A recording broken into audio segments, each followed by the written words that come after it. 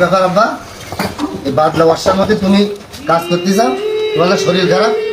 আমি অন্য দোকানে গেছি একটু, এগুলো তুমি এই যে কাজে লিখে গেছাও, তোমার ছোট ছেলে পাবে। আরে বাবা কোয়েস্ট ও হচ্ছে গেছে, ও কি কাজ করে খাওয়ালো ওরা ওই বন্ধু বান্ধবদের পাশে ঘুরি ঘুরি বেড়াচ্ছে। আমার জীবনটা শেষ করে দিল একেবারে। আমি আর পাচ্ছি না তোকে দিলে। আব্বা কাজ তো, চলো ঘরে চলো। ঠান্ডা নদী কি আর সারা বাড়ি হবে? কাজ করতে হবে তোমার।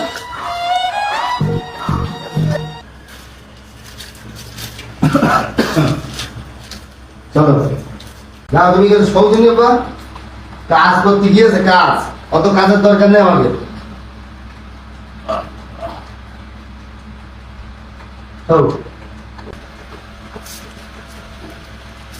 বেশি বাচ্চারা শরীর নিয়ে নড়ি, আমাদের জন্য সে খাটতে খাটতে মরে গেল, আর সে হুশ তার নেই।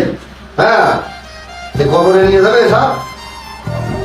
বাপটা দিকে অসুস্থ, আর সে বাপ আমাদের জন্য খাটতে খাটতে শেষ হয়ে গেল।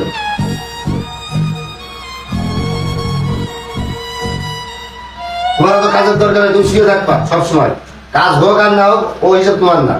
আব্বা, কাজ হোক আর না হোক ওসব চিন্তা তোমার করার দরকার নেই। তুমি চুপ করে শুয়ে থাকো, বেশ হয়ে গেল জীবনটা আমাদের জন্য। থাক বাবা, আর দেখি সেই খেলা করে কি করতেছে, দেখে আসে।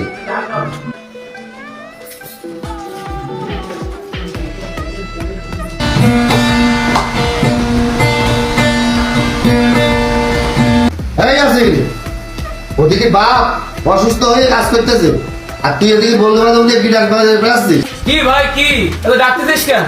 ডাকতেছি কেন তুমি বুঝতে পারছিস না? তোর সে জ্ঞান নেই। হ্যাঁ, তুই হাউসি এত বড় হয়েছিস।